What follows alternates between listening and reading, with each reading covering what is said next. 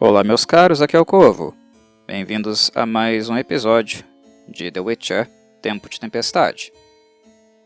No episódio anterior, vocês devem se lembrar que Geralt de Rivia havia sido preso por razão nenhuma, no que aparentemente desenhava-se ser uma armação.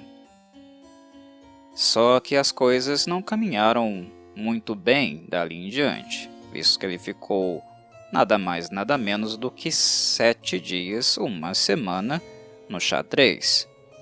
E nesse meio tempo, é claro, os prisioneiros, seus companheiros de cela, tentaram assediá-lo, estuprá-lo.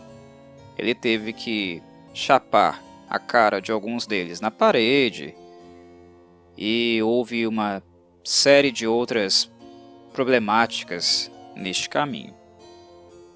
Apenas depois de uma semana que ele foi levado diante de uma advogada que supostamente deveria defendê-lo.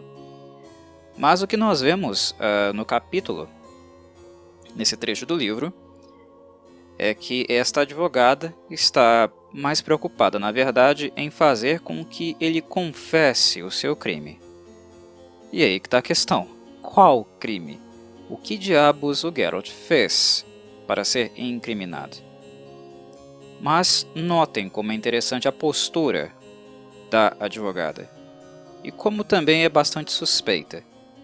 A função dela, ali, a sua única preocupação ao mover os papéis na sua pastinha de advogada, é fazer com que ele confesse um crime que ele mesmo mal sabe qual é. Normalmente, quando existe um caso a ser defendido por um advogado, um profissional conversa com o seu cliente, procura saber mais detalhes sobre aquilo que ele é acusado, trabalha numa argumentação para que o seu cliente saia inocentado. A postura profissional dessa advogada é completamente distinta disso, avessa a isso. Ela nada mais é ali do que um apêndice, uma continuidade da promotoria, visto que ela não se dá nem mesmo ao trabalho de cogitar ou trabalhar num tipo de argumentação para fazer com que o Geralt saia livre do que quer que tenha sido acusado, né? Isso já é chocante a princípio, mas não tanto, porque isso aqui é o mundo de The Witcher. E o mundo de The Witcher, por sua vez, espelha muito o que nós vemos no mundo real, né? Uma das coisas mais interessantes de ler The Witcher é exatamente isso. Como uma obra de ficção espelha o mundo real. Sapkowski é bem assertivo nesse sentido. Mas este não é o único aspecto aqui que o polaco acaba evidenciando tais coisas, né? Porque ele também utiliza a personagem, a advogada, para relembrar alguns conceitos sobre as feiticeiras. Porque, no caso, uma advogada, no mundo de The Witcher, normalmente é uma feiticeira que fracassou na Ilha de Thanet. É uma feiticeira que fracassou na escola de Aretusa. Então ele retoma um pouquinho as motivações que levam alguns feiticeiros, né, ou na verdade aprendizes de feiticeiros e feiticeiras, a ingressarem nessas escolas. Ele retoma a característica elitista desses lugares, que é claro, né, eles recebem, procuram, buscam por talentos naturais, pessoas com afinidade com a magia, mas em virtude do dinheiro e do aspecto econômico que as escolas possuem, elas querem lucrar, né?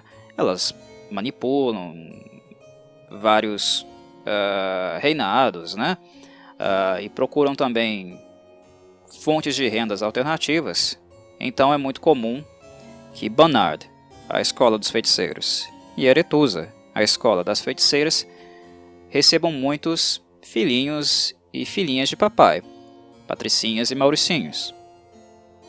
E dentre eles, dentre esse grupo de mimados, né, cujas famílias, por algum motivo, querem desovar esses sujeitos da família, não os aproximar dos assuntos mais importantes que dizem respeito às suas propriedades, ao seu legado. Sapkowski nos lembra aqui que a maior parte dessas pessoas é exatamente como nós esperamos que elas sejam. Nunca trabalharam, nunca tiveram que ter qualquer tipo de esforço na vida, né? Não leram, não se educaram, ou seja, são completos ignorantes. Pessoas com dinheiro, sem qualquer tipo de valia mental também. São realmente ignorantes, né? Burros demais. E Bannard e Arethusa fazem uma espécie de triagem, um tipo de seleção. É claro que eles aceitam esses riquinhos porque o dinheiro tem que entrar, né? O dinheiro entrou, foi depositado em suas contas, então eles deixam que esses sujeitos fiquem na escola por um tempo, mas até chegar ao período de testagem, né, de testes, para que assim eles prossigam no seu desenvolvimento, no seu ingresso acadêmico, comecem a se tornar realmente feiticeiros e feiticeiras. Mas esses testes iniciais normalmente servem de crivo mesmo, como uma forma de descartar aqueles que são mais ineptos em relação aos outros, né? Então, esse é o ponto onde a maioria desses casos, né, a maior parte dessas pessoas são realmente expulsas de Bannard e Arethusa. Os mauricinhos de Bannard, normalmente o que espera por eles, né, quem os aguarda, como o Sapkowski coloca, são as milícias, as polícias locais, né? Inclusive, isso já é previsível, já é uma coisa dada na sociedade, né? O riquinho, maluco, degenerado, de família tal nobre, vai para Bannard, é expulso, e nós temos que ter aqui alguma vaguinha para ele, né? À sua espera. Ou esses sujeitos entram nas forças armadas, ou eles acabam em alguma polícia urbana, né? Algum tipo de milícia. Quando eles não têm nem aptidão para isso, quando eles são ainda piores, seres mais ignorantes, inclusive repugnantes, é assim que o Sapkowski coloca, né? Eles acabam indo para a política. Que novidade, né? Os seres mais asquerosos, né? Os vermes mais desgraçados da sociedade, indo para a política. Nossa, que novidade. Mas é assim mesmo, né? Como eu falei, o mundo de The Witcher espelha o mundo real. No caso das senhoritas, que não se tornam feiticeiras, são expulsas antes, o caminho delas normalmente acaba sendo o mundo da justiça, né? Do segmento judiciário. Não da justiça necessariamente, né? Como a gente vê aqui, né? O sistema é podre, mas do segmento judiciário, né? Do mundo das leis. Porque elas acabam sendo bastante úteis nesse campo, em virtude da aparência delas, né? Que até chegar a esse ponto da expulsão já é um pouquinho trabalhada, modificada. Elas são bonitas, né, como as feiticeiras, só que elas foram expulsas. Mas até essa expulsão acontecer, elas já aprenderam um mínimo do mínimo, né, alguma coisinha relacionada à magia, né? Já foram um pouquinho também mais educadas na oratória, já não são aquelas poias ridículas, né, patricinhas retardadas que entraram em Arethusa. Então elas ganharam alguns pequenos atributos que faz delas aptas ao exercício, né, dos postos, né, dos papéis do mundo legal, né? Promotoria, advogado, normalmente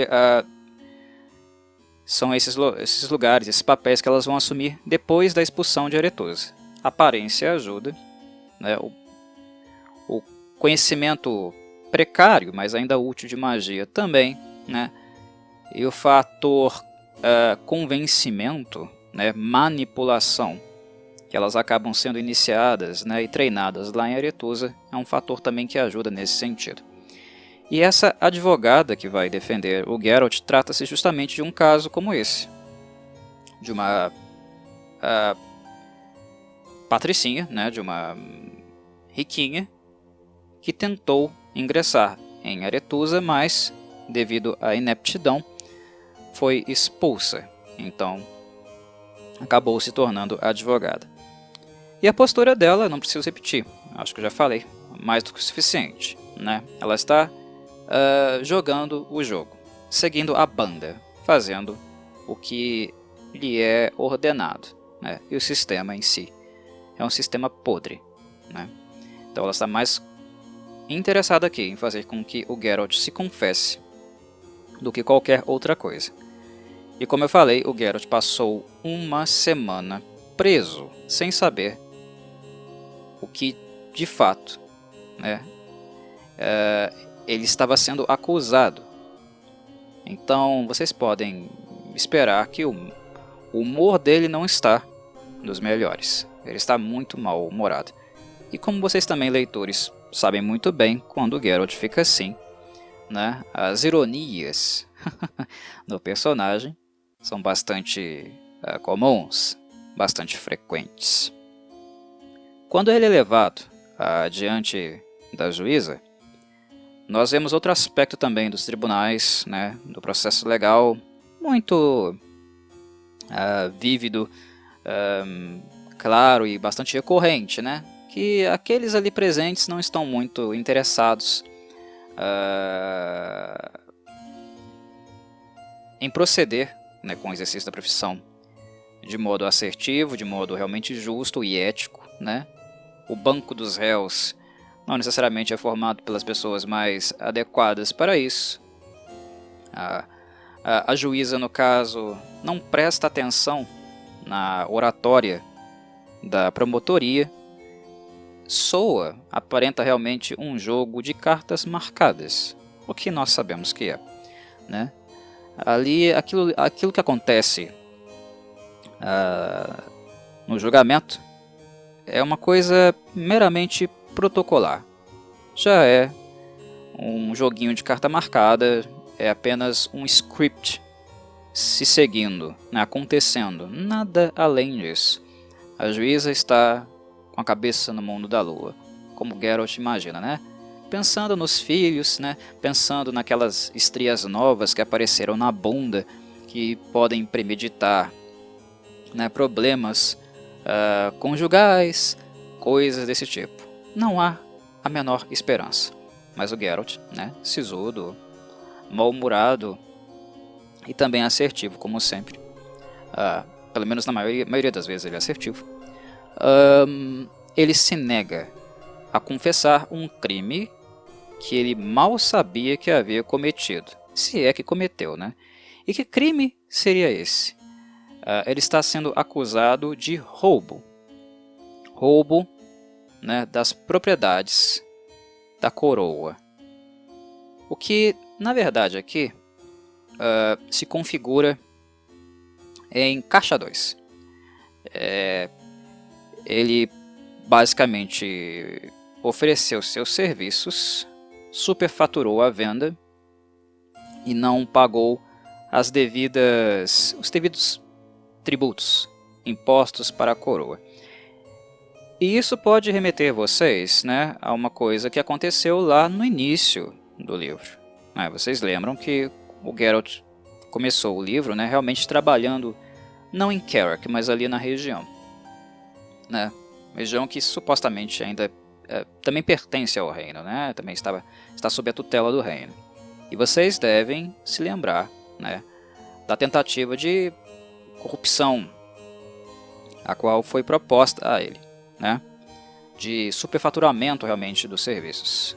O Geralt, fazendo isso ou não, ele se nega a fazer isso, né? Aparentemente a coisa aconteceu, mas não é isso que está em jogo aqui. Parece que as coisas não são tão simples. Aparentemente esse é apenas um fato, um dado para coisas muito mais sujas que virão por aí, né? E é o que de fato nós veremos acontecer na sequência do livro. De qualquer forma, ele é condenado a pagar 500 coroas, o que não é pouco dinheiro, né? E como ele vive sempre quebrado, pobre, e recebe realmente muito pouco para os serviços que ele presta, ele não cobra caro, mas os serviços de um bruxo não são baratos, mas mesmo assim ele não cobra muito caro. E como eu havia falado também em podcasts anteriores, né, o custo de manutenção do trabalho é complicado, né? Cuidar do cavalo, fazer manutenção do gibão, das armas, comer, ter lugar para dormir, o cara viaja o tempo inteiro, então o custo é muito alto, então não sobra muito dinheiro para ele, né? Mesmo que o pagamento possa ser poupudo, o custo de manutenção dessa profissão, né, com ervas, medicamentos, né, é muito grande. Quando você junta tudo, quando você reflete sobre todo tipo de gasto que um bruxo tem, realmente não sobra muito dinheiro. Então 500 coroas tá realmente decretado que ele vai apodrecer na cadeia. Ele não tem onde tirar esse dinheiro.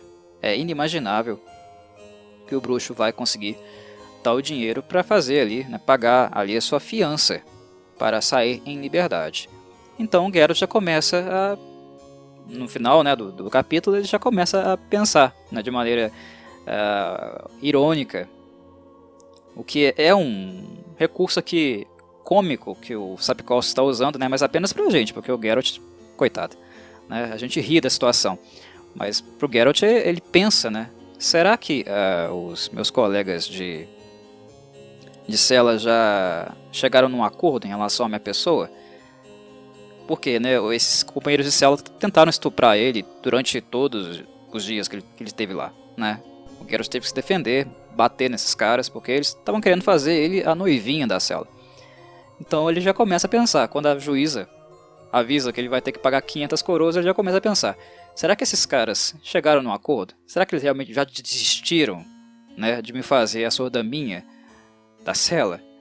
Porque esse é o modo cômico, né, o artifício cômico que, e um pouco triste também, é claro, né, estupro que a gente está falando, abuso que a gente está falando, mas esse é o recurso que o Sapkowski utiliza para indicar que o Geralt não vai ter de onde tirar tanto dinheiro assim. Então ferraram com ele, né, e ferraram bonito, e o que aguarda o bruxo é novamente a cela, né, e ficar na presença daqueles degenerados que faziam companhia a ele. Mas nada tão simples. Como eu mencionei, e como está claro no texto, tudo parece um teatro armado, muito bem orquestrado. Então outras coisas, algumas novidades, naturalmente virão a seguir. Mas bem, eu acho que é isso que eu tinha para falar sobre esse trecho do capítulo, né, desse trecho do livro. A gente se vê aí num próximo episódio. Um abraço e saudações, Corvides.